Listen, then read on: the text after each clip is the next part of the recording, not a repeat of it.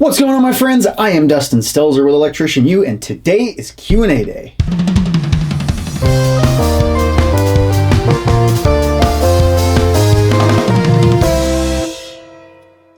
Alright, so today we have probably the last Q&A that we're going to do in this room. Actually, it is definitely going to be the last Q&A that we do in this room, because I'm getting a new studio! Actually, if you're watching this right now on Friday, the 13th of August, 2021, I am literally moving into my studio as you're watching this right now. This is fake. You're just watching this because I recorded this way long time ago, but I'm actually in the studio today! The new studio! Moving in! So excited. Y'all don't understand. I'm moving out of my house. Like, I'm all in on this Electrician U thing, so I'm just moving out of my house, living in the damn studio and figuring this out. Just because the rents are good in my neighborhood. So it's like, well, I just want to turn my house into a rental. I know. Like, I just do stuff.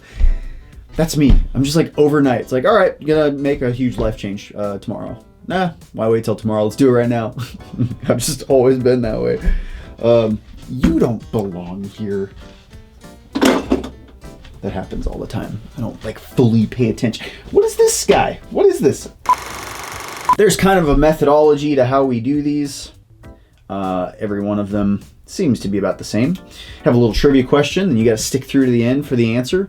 In between all of that, we have a bunch of different questions that we answer. We get kind of less technical stuff. Then we get a little bit more technical, and then we go to the technically nothing, which is kind of the fandom random section. So that's going to be how this goes. So tonight's trivia.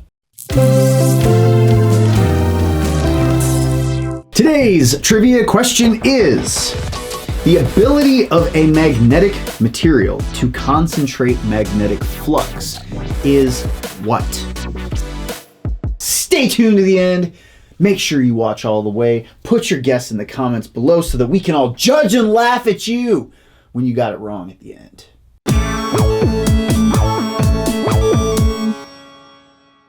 Alright, so the first thing that we are going to do is the less technical questions. We've got a question from El Cacique. This is on the 6-handle rule video. Question: Does the 2014 NEC book still relevant enough to take a test in Oklahoma? I don't know what Oklahoma's doing. I mean,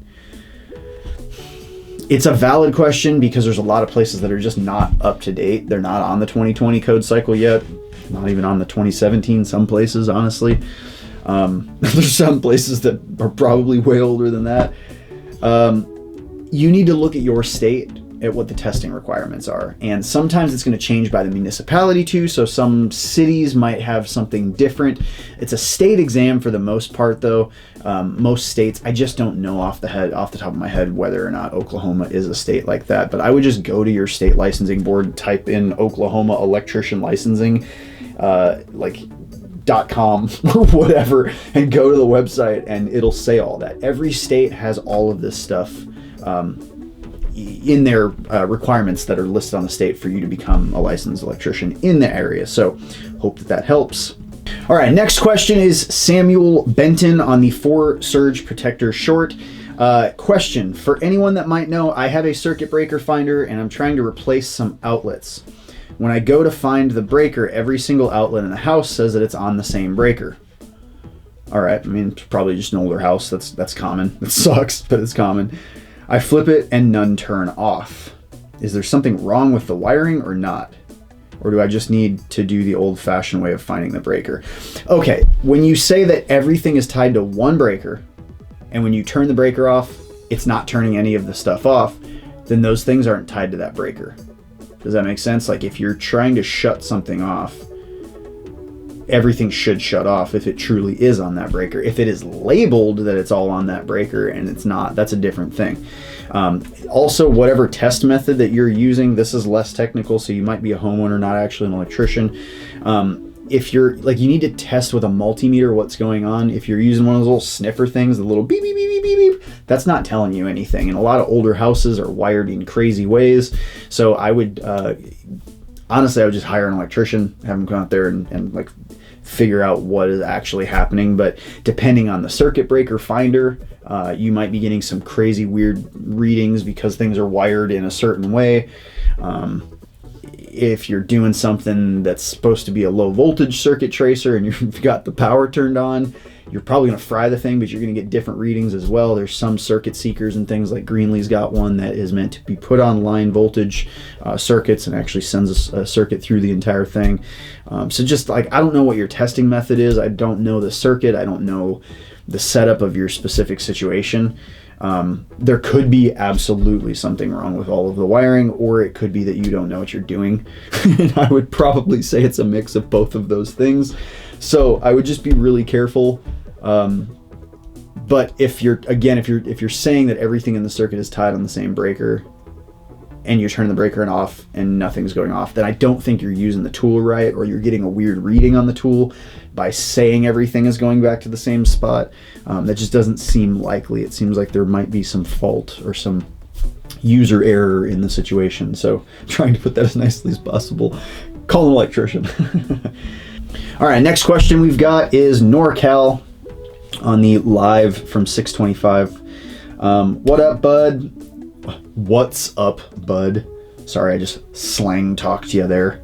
Hey, is it safe to zip tie the 3 line coming from the power pole going to my meter together? I think you meant 3 lines, probably, like the 2 hots and the neutral. Yeah, I don't see any problem in you doing that. Typically, it's going to be in triplex, so they're already twisted together, so like bundling is not an issue. I don't see anything wrong with you like adding zip ties to them.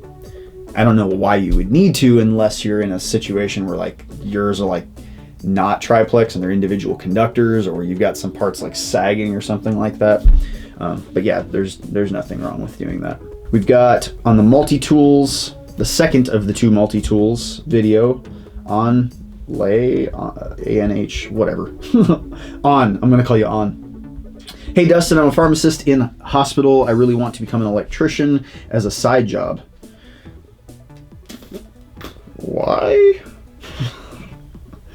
I want to take a C10 license. Do you have any material to hook me up? Please let me know. If you're in California, I want to meet you in person and ask your advices.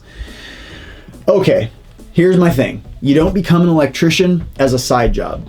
It's like you don't become a doctor as a side job, right? Like there's so much to know as an electrician that you become an electrician as your main hustle and do your pharmacist stuff on the side, you know, or both of them seem like they could be great career paths if you just stuck to one and then find something that's not either risking people's lives to have as a side hustle or like their liabilities or something like that. You need to be in this every day, all day, wearing tools, learning about electrical theory, learning code, knowing what you're doing, gaining experience for you to even ever become not even a C10 electrician, but just like a helper that's worth their grain and salt, you know, or like a journeyman someday. You can't do this shit as a side hustle. You need to be doing it full time every day. So I think you need to give up what you were doing before. The other thing is that there's really not going to be anyone that wants to hire you as a part-time, not knowing what you're doing apprentice. They're going to want you to be there every single day to show up, because this isn't a part-time kind of job where you can just show up randomly or a couple days a week. People want you to be there, to take it seriously as a career. So that's my thing. You're definitely going to have a hard time getting a C10, and I don't think a lot of people around would respect the fact that you're somehow getting a C10 and you don't have the experience because this is just your side hustle. I would really take a serious thought about that. If you're looking for a side hustle and you just want some extra cash on the weekends or whatever, go wait tables. Like there's a lot of different things that you can do. There's like retail, there's tons of jobs where being part-time is an acceptable thing to do, and they're constantly looking for people to work part-time. Unfortunately, being an electrician is just not one of them. You need to be ride or die, so to speak. So hope that answers your question.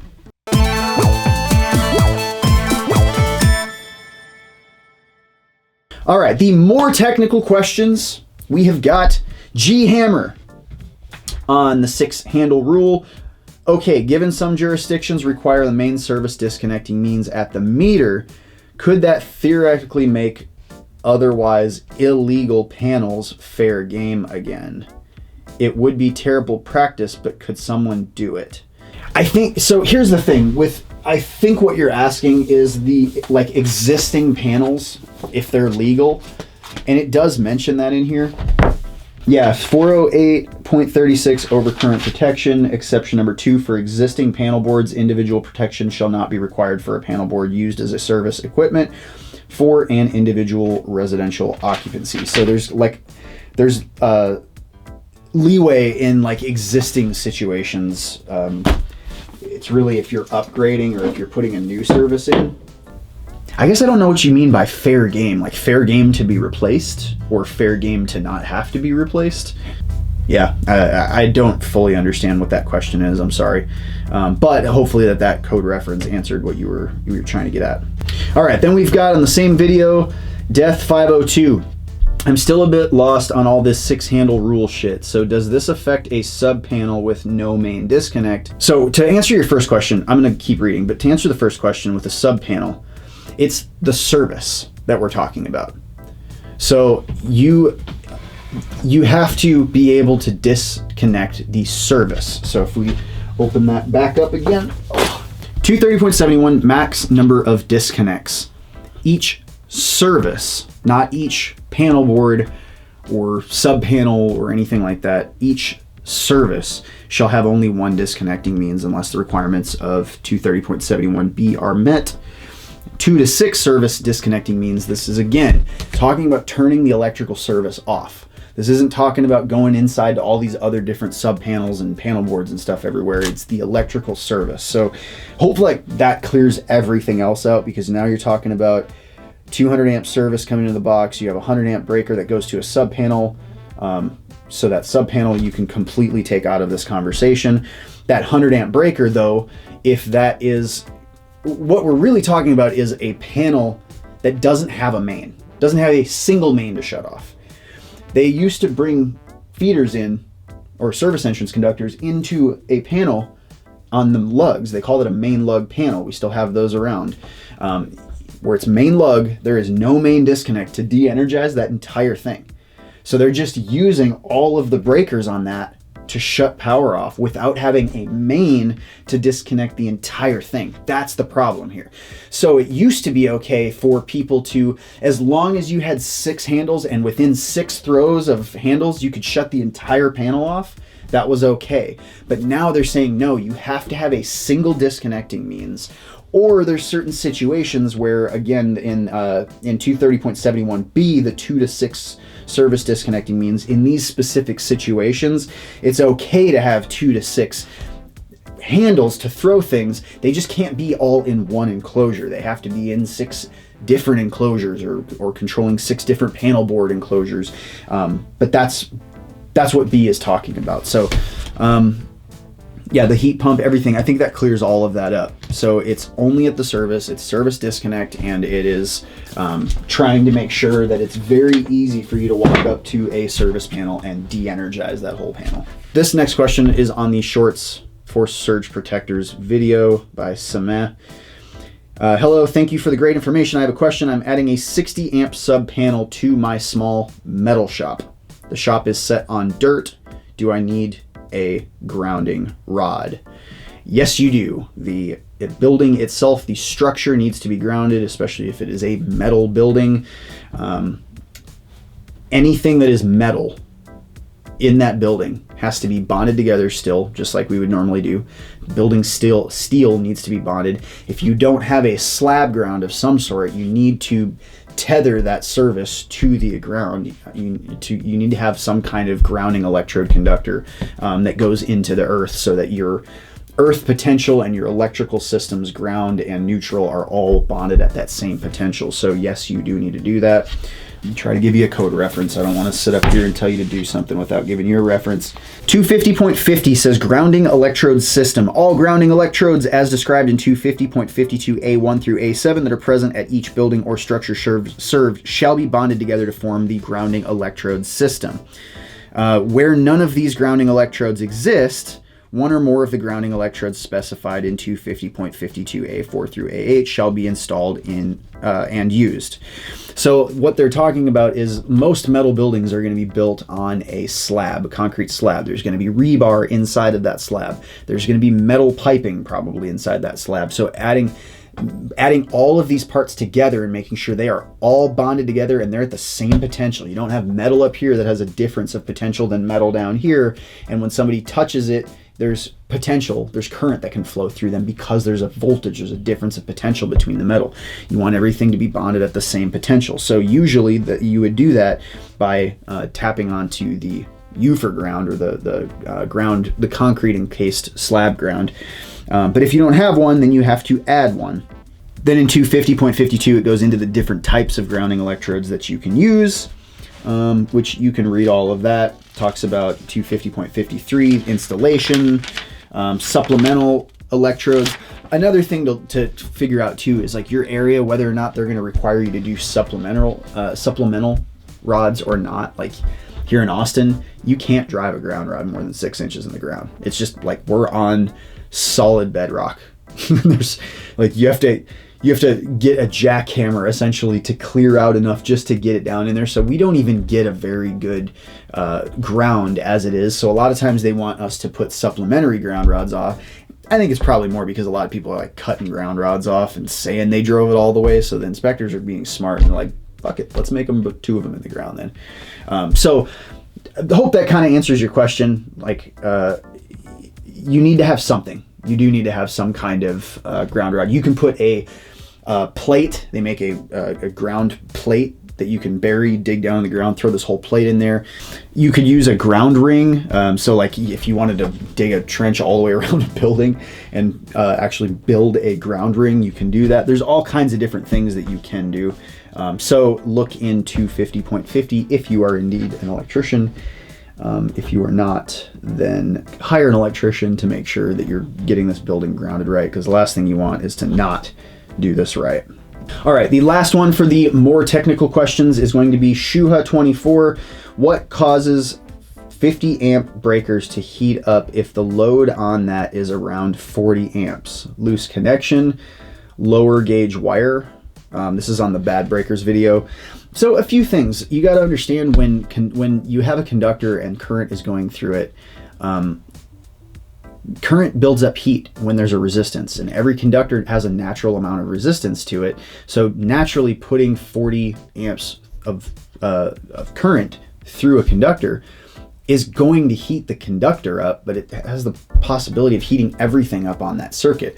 Usually at termination points where it changes from one kind of metal to another kind, we're again adding another type of impedance there. We're changing from current's ability to flow naturally through the whole conductor. The conductor is kind of made of the same material mostly. It's the same consistency throughout the entire wire.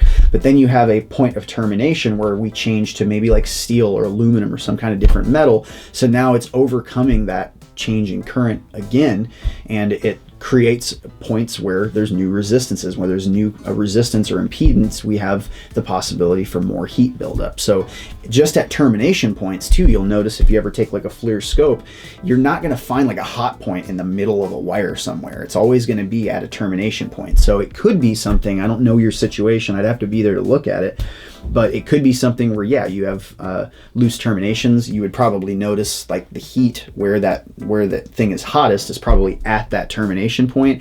You would probably notice if you had a thermal scope of some sort that the termination points, the actual screws and plates that are holding the wire in there, are like really, really hot, whereas the rest of the breaker is hot but not as hot, or you might see the buildup on the, wherever that is. And that's a good thing to be able to look into. It could be a faulty breaker. There could be the actual mechanisms inside of it. If it's an old breaker, it could be failing. So over time, components like that fail. So it could just be a breaker that's going bad. It could be that you have too small of wire coming off the breaker going to the load. So if you have like number 10 and you're running, that's good for 30 amps and you're running 40 on it, it's going to heat everything up, so that heat transfers from one thing to another thing, especially through solids.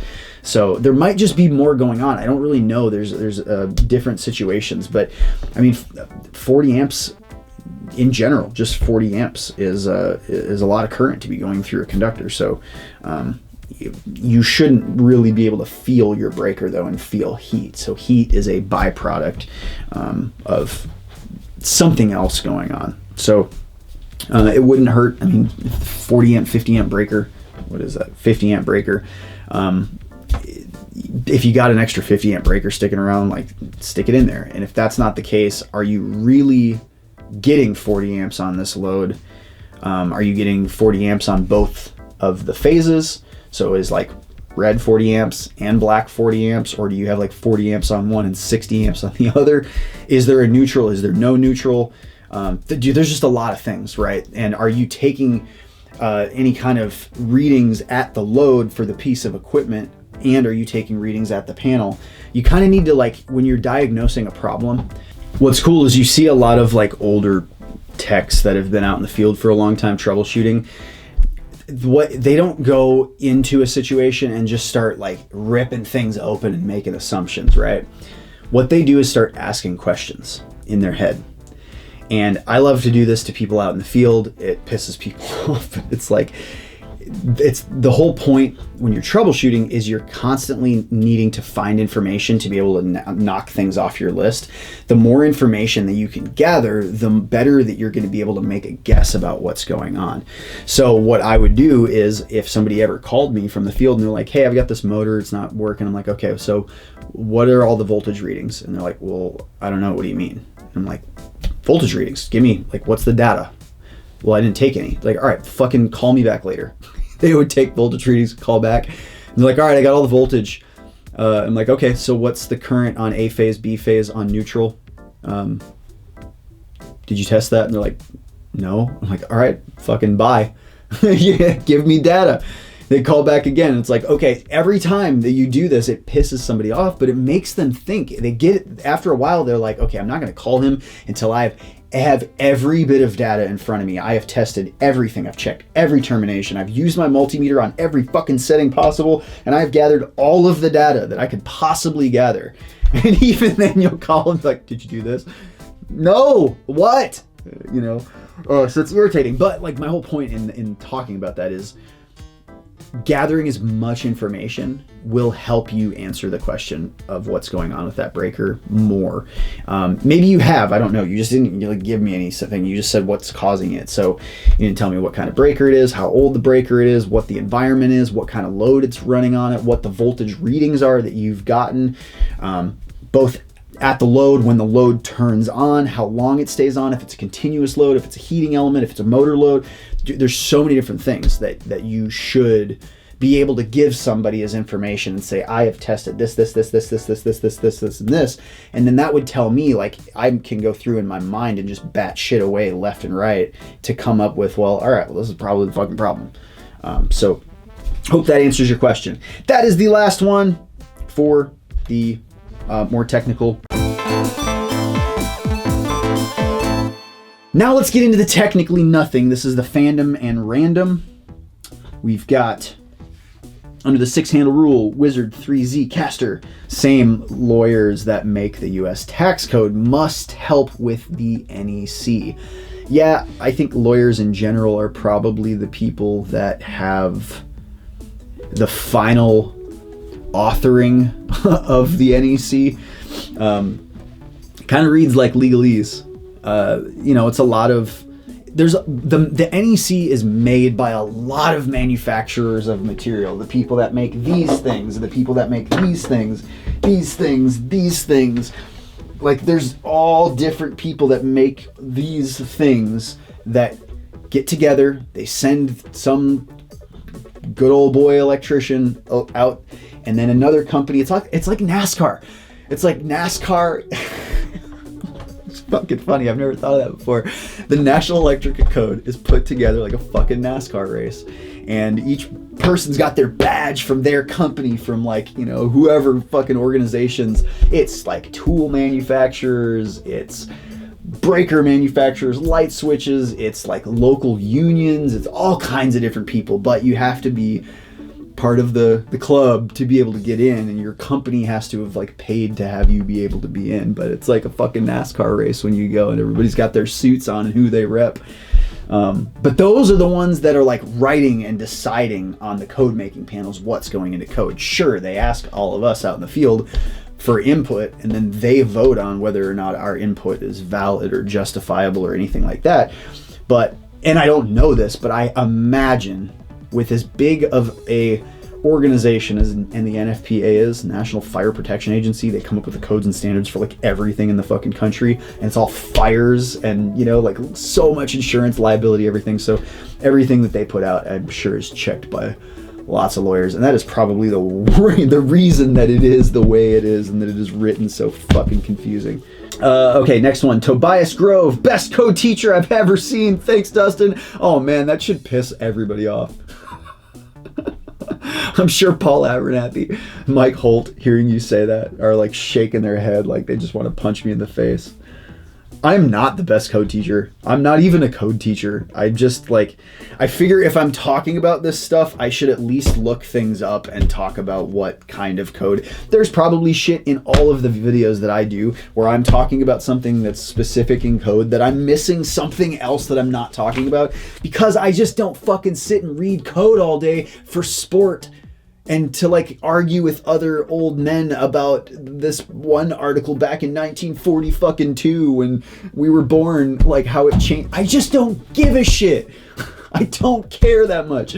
I use it to do my work, to do the work that I can do the best that I can do it, and that's why I use it. So I'm not the best code teacher. That's not true at all. I'm not even a code teacher. I'm just an electrician. This is what electricians do. You have an install, you're doing something, you break your code out and you look at it. That's all. You're not seeing me teach code. You're seeing me pull it out and try to find information just like I would on a job site. So thank you for the compliment, but I don't deserve that compliment. So Elk 2K, what up, dude? Hey, by the way, thanks for being in my my voice chat the other day. Yesterday, and actually Tuesdays and Thursdays, I've been doing like voice chat. I go into Discord and we just start talking about stuff. I let people raise their hands, come up on stage, ask questions to me. So it's kind of like a live Q&A type of thing. You guys should definitely check it out. Join Discord, please. You guys join my Discord server. There's like 1,500 people in there, all electricians or people that are like involved in electrical in some way. But it's like forums kind of, but it's like there's text and you can put video, and we have like a whole memes page for electrical memes. There's stuff about like licensure and how your state does things. People share their tools and tips and tricks and stuff. So it's a really, really cool environment. So you guys should definitely go check out the Discord server. Links in the description below. Where was I going with that? I don't know. Fuck it. All right, let's. Oh yeah, Elk. Dude, yeah. Thank you for. It was good to like actually get to talk to you. That's a name that's been in this server for a really long time. Dustin, when are we gonna get your tool belts, man? They're coming. Actually, dude, you're like a supporter. You're like a channel member too. You're like a follower. I've seen your name in YouTube comments too. Like, bro, thank you just for like holding me down, and even knowing that I have the tool belts and all that shit coming out. I appreciate it. Unfortunately, I'm just gonna have to avoid your answer because I'm not ready to release them yet. They're still going through prototyping, so y'all have to like, everybody's asking me constantly, where's the tool belts? If you want to see the prototype, go to my TikTok. Seriously, everybody go follow me on TikTok. I know all of you guys are on TikTok anyways. Go follow me, Electrician You.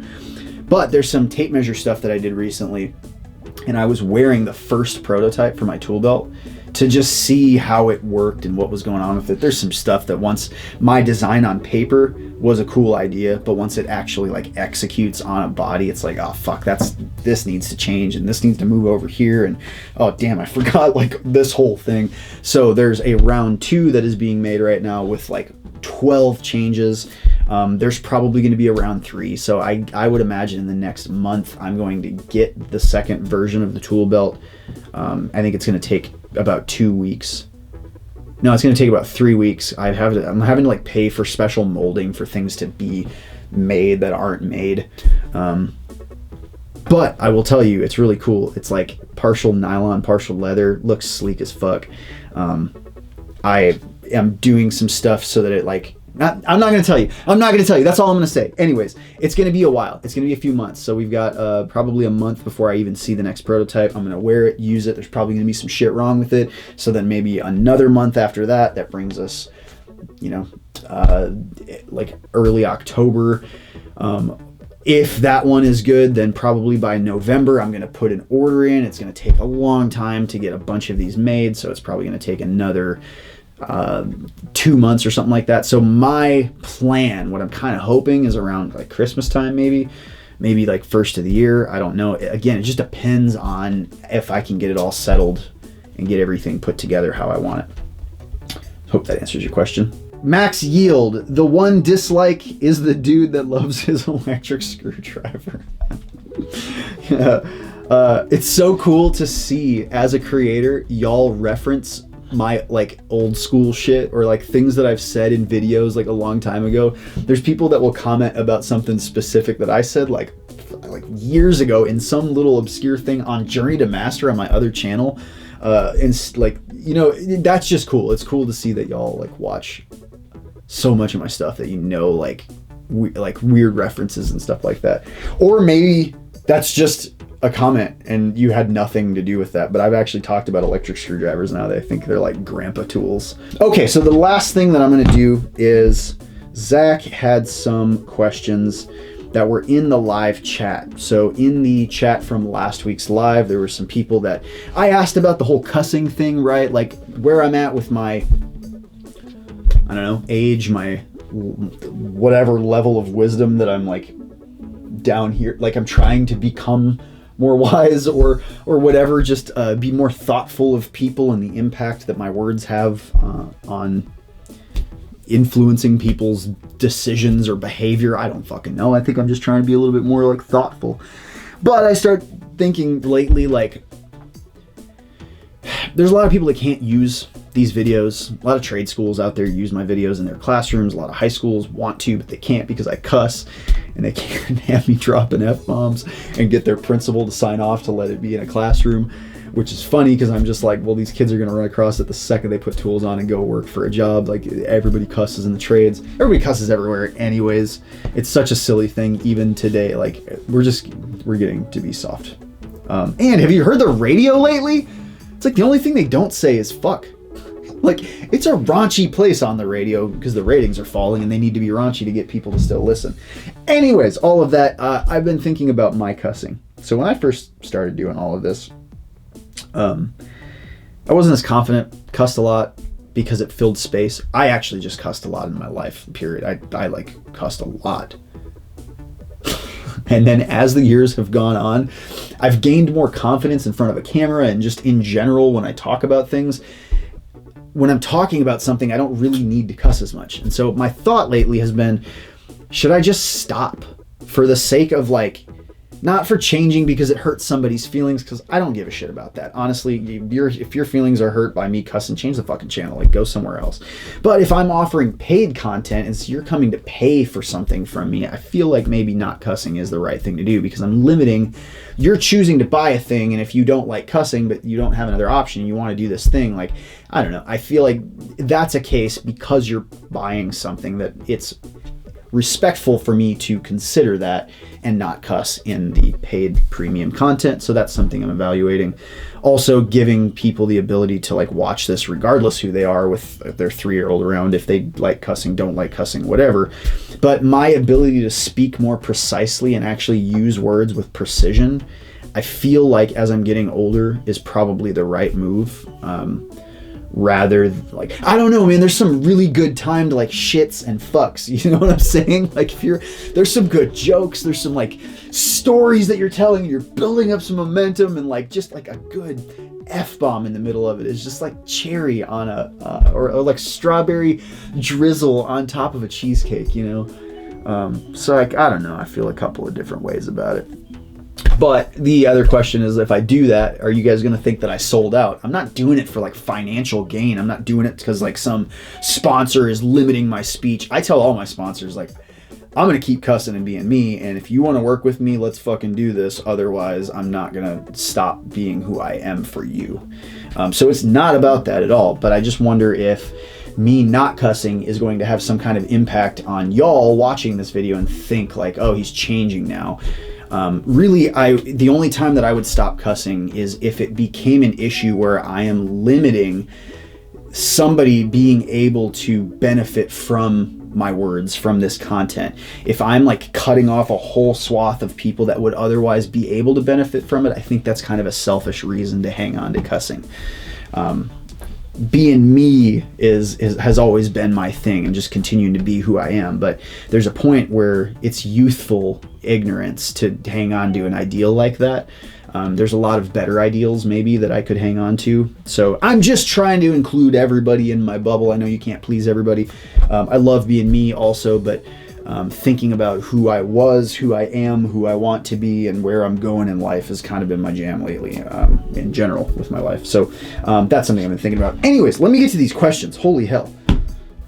All right, so from the questions that we've got from last week's live chat, these are chat questions. We've got Alejandro Soto, advice for an inside wireman exam. Inside wireman exam, if you're talking wireman, it's, obviously like residential stuff. Not always. There's going to be things that probably pertain to, doing things in conduit, pulling wire, sizing conductors, things like that. But I think in general, it's hard. It's hard. I don't know what state you're in. Everybody's state is going to test differently, is going to have different things on it. There is going to be a portion of it that's NEC, but like it could have a plan that you have to do stuff on. It may not, so I would go to whatever your state is and look up the regulations and look up what you're going to be tested on. There's actually a lot of that information out there for every single state. So it is kind of state by state, but I would just say, try to go through as many practice exams as possible, like rip through exams. There's tons of people that have tons of different exams out there, that all it does is ask you a code question and you have to find it. You have to crack it open and look for things, and it takes time for you to look for answers. But that's the point, is they're testing you on how quickly, like in a real world situation, if you had to open your code book to find something, are you going to spend 3 hours? Or do you know the code enough to be able to find out at least where something's at and come up with the answer? So that's the benefit of doing a lot of practice questions. I have practice exams on my website. If you go to electricianu.com/practice-exams, practice-tests. I fuck this up every time. There's a link down below if you want to go check that out. But I've got a residential, a journeyman, and a master exam. It's just code. There's some theory in code, but there's not like state law or any kind of stuff like that. So, but it does help you start ripping through all of this stuff and kind of conceptualizing and grasping what you're doing. So I would just recommend taking more exams. Ryan Hart, best advice for a first-time apprentice. Dude, I've answered this so many damn times too. Z, you got to get me better questions. It's okay, Ryan. No, I've probably answered this question more than I've said any of the same words I've ever said in my life ever for any other topic ever. So I think if you watched maybe every other one of my videos, this would probably be answered in every one of them. Every live I've ever done, every Q&A probably, every Facebook, anything. Anyways, what I always tell apprentices is don't pretend like you know shit when you don't. No, you're not going to impress anybody for at least like 4 or 5 years, because we've all seen it, been there, done that. The best thing you could do is keep your nose down, stop talking so much and start listening. That doesn't mean don't ask questions. Ask lots of questions, but don't try to pretend that you know something, especially when someone's explaining something to you and you already know the answer and you already know. Just shut your mouth. I don't care. As somebody trying to teach something, I don't care if you've heard that information before. I'm trying to reinstill things consistently over and over in your head. So I don't give a shit if you know. And if, oh yeah, I already know that. Yeah, I was going to do that. Yeah. Shut the fuck up. Just listen to what I'm saying and go do what I'm saying to do. And I'm going to keep saying the same shit to you over and over and over. You just need to listen. So be a good receptacle for knowledge. Be a student. Like, try to be passionate about this stuff. Learn as much as you can. Read outside, like all these books. No master electrician gave me these books. No journeyman was like, here's a thing for you to figure out. this was all me. This is all my curiosity, just going to bookstores and trying to understand electricity because nobody around me knew anything about it. You know, like the people that I were working around, they weren't like code guys. They weren't, you know, like electrical theory. They were like installers that had been installers for a really long time and have just been doing it since been doing it. And they know the stuff for their area. So that's kind of what I came up through. And I always wanted to know way more than that. So studying outside of work is going to be a very, very big benefit for you. And then just don't fuck off. Like, we work out in the field, we're hard workers, and we respect, that's a currency out in a job site. Get off your phone. Like, check your phone. If your phone rings or something like that, like, do what you got to do. But text somebody and be like, yo, I'm working, I got to call you back later. Or like when you go to take a shit, and don't take 4 shits an hour. Don't take 4 shits a day. If you are, you're not eating right. There's something wrong. But like, stay off your phone. Stay off your phone. You young people are terrible about this. I get it. Your phone is your life. It's your, like, hooked on everything, and I'm not judging for it, but there needs to be an understanding that there's a time and a place for it. And when you're working, you're being paid to work. You're not being paid to fucking look at this thing. So those are my tips. There's about 9,000 more I could give, but I don't want to spend any more time on that. No limit. Is Dallas a good place to become an apprentice? Yeah, I think so. Dallas is huge. There's lots of opportunity there. Tons of electricians, tons of companies. There's union work, there's non-union work, there's big high rises, there's little mom and pop, you know, small stuff. There's so much going on in Dallas that yes, there's definitely opportunities everywhere. And I would probably check the union first if you're in Dallas. Union's like a huge city, so a lot of big cities like that have a lot of union opportunities where you can go and actually be paid to learn in the field and be put through a formal kind of classroom setting and have like really good training.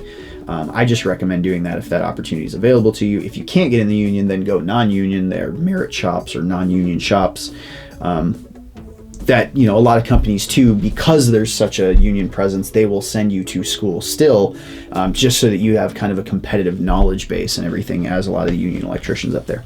We have a swear count on my whole note earlier, if swearing, if I should continue swearing or not.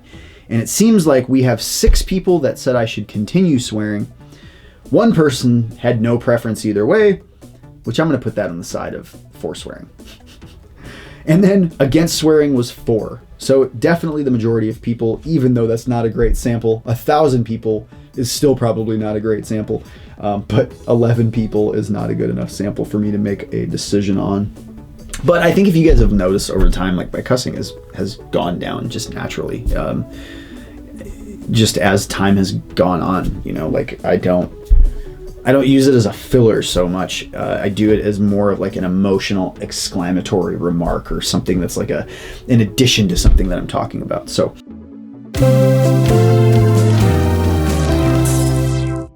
All right, so the answer to today's trivia question is the ability of a magnetic material to concentrate magnetic flux is permeability. The permeability of a material, if a material is easily magnetized, it has a high permeability.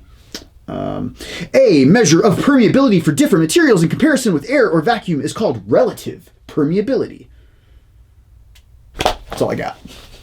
That is all for today. Thank you guys so much for your attention. If you have any comments, questions, stuff that you want me to answer in here, go to Discord, be in our Discord, and leave them below. And do one more thing. Please, please, please, everybody do this. Go to the subreddit, Electrician U. I'm going to start using certain platforms for certain things because it's just like I need to have a way to separate a lot of different things and be able to have useful kind of stuff. So each community is a little bit different.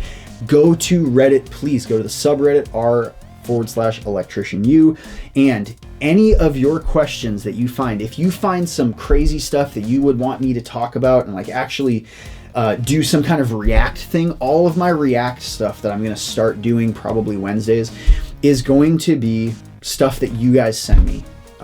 So if you go to Reddit, let that be the thing. What I'm looking for, if you can find instances in movies where they are doing stupid stuff. So like, I saw like a CSI with LL Cool J. I think it was CSI, one of those stupid shows. But like he was using a multimeter to like touch this person's body to see if there was radiation. It's like literally just an ammeter, a tester. And I saw this I don't remember where. I think somebody put it in the Electrician U Facebook group or something like that. But I was like, Z, we have to make sure we save that clip, because I want to find a whole bunch of like movies. If there's like, you know, like somebody blowing themselves up from something, or some like strike where there's lightning going everywhere. Like I want to find a bunch of stuff like that and do some react videos. So Reddit is that place. Please, guys and girls, go follow my or go join the subreddit and go to the Discord. Links are in the description below for all of this stuff. But that would really help me if you guys could start putting some suggestions and things in there.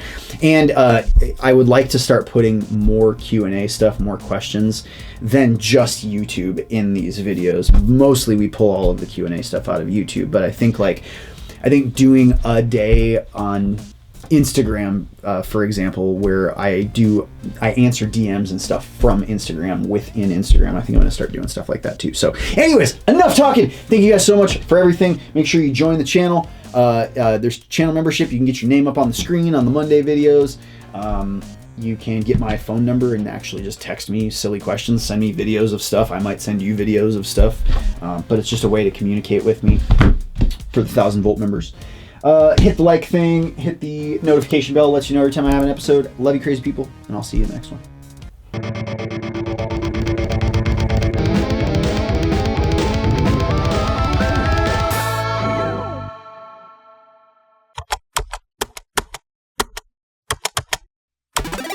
Descant music and video.